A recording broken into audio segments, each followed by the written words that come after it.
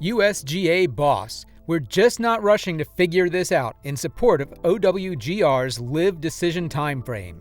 In this video, we'll discuss how LIV Golf participants like Jediah Morgan are slipping farther down the official World Golf rankings, despite the fact that ranking officials have yet to officially recognize the Saudi-funded series. When will LIV Golf learn whether it has been accepted into the club by the official World Golf ranking? Jediah Morgan, a golfer for LIV, has joined the list of breakaway circuit stars who have attacked the official World Golf rankings, OWGR, calling the methodology broken and screwed up. Next week, when the 54-hole circuit plays at the Grange in Adelaide, LIV makes its first trip to Australia. Local Australian Morgan is one man who is more eager to travel than the majority. The 23-year-old from Brisbane, who has spent the majority of his career competing on the PGA Tour of Australasia, was given the opportunity to play golf with the Mega Money Series in its inaugural season by fellow Australian and CEO Greg Norman. When Season 2 of Ripper GC began, the growing talent was welcomed back and joined other Australians Mark Leishman, Matt Jones, and Open champion Cam Smith. LIV has had some early success despite its detractors, luring players like Smith, Phil Mickelson, and Dustin Johnson.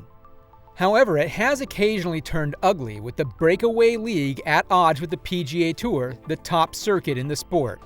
The failure of LIV to receive recognition from the OWGR, which means players are competing on the Saudi-funded tour without the chance to gain ranking points, has been arguably the largest chink in LIV's armor.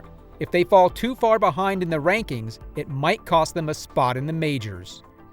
Many people have criticized this, including the spokesperson Mickelson and CEO Norman.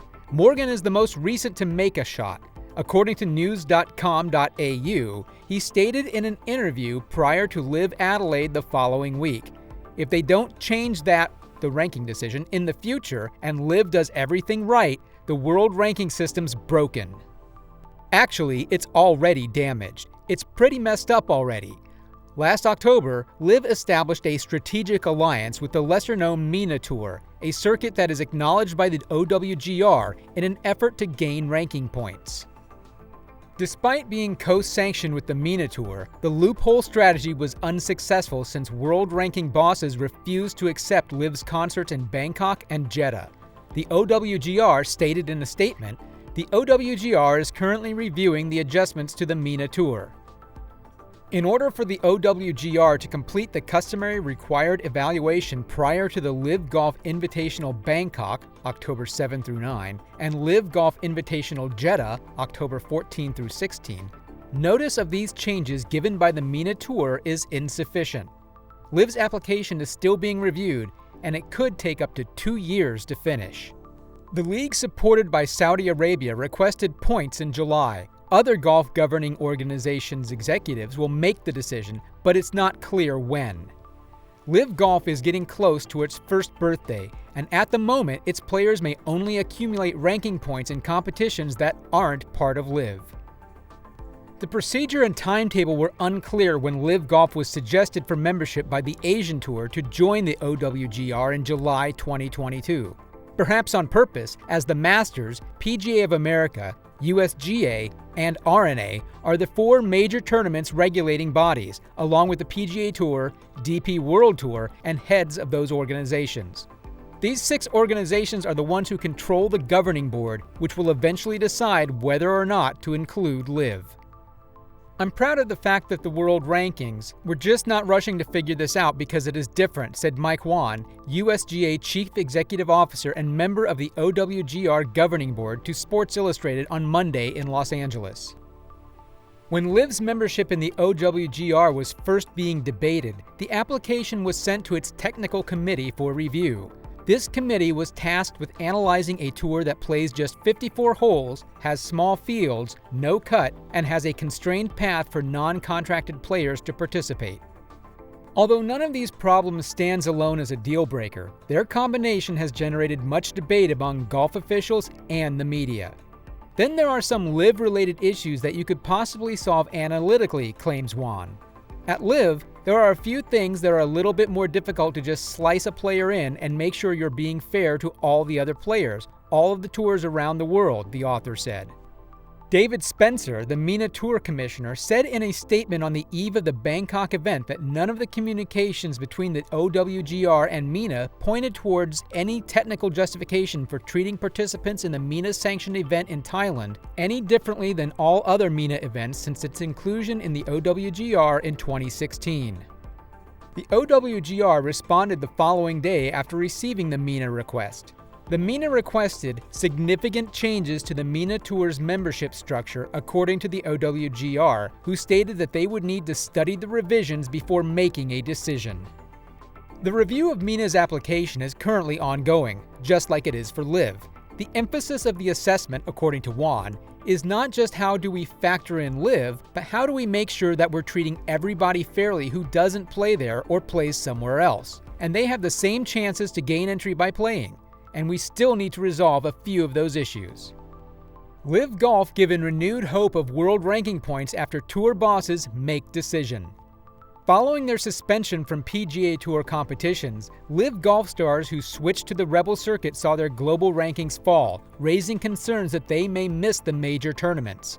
After learning that two of their main competitors would not be considered in determining the world ranking points, LIV Golf has received a boost. The tour, which is supported by Saudi Arabia, will hold 14 concerts this year and has also signed a television arrangement with CW Network to air the show to 120 million U.S. households.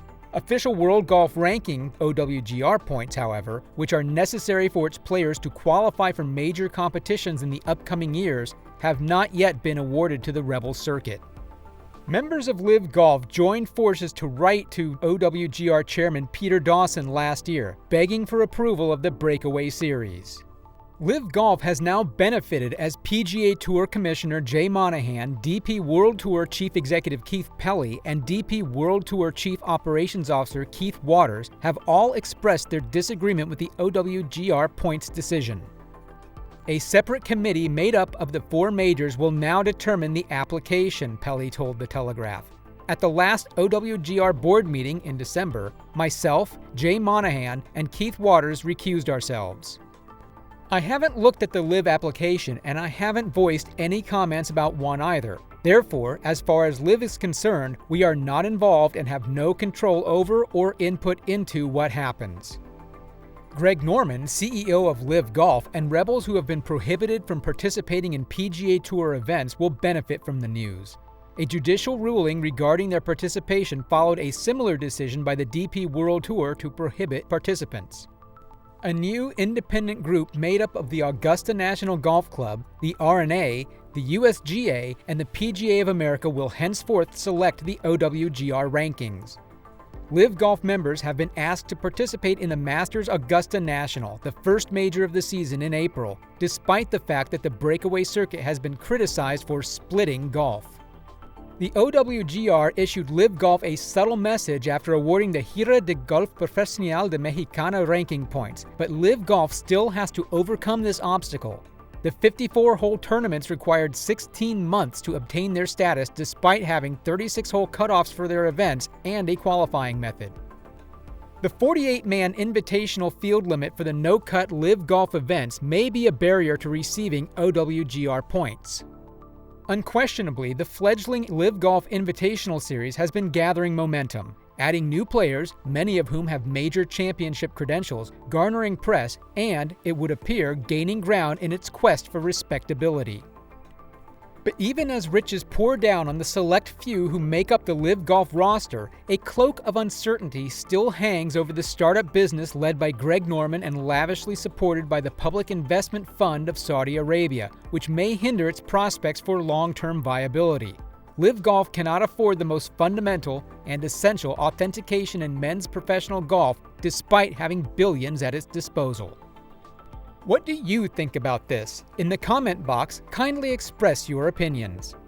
If you enjoyed today's video, kindly click the bell button to subscribe to our channel and give us a thumbs up. You'll be notified when new content is posted.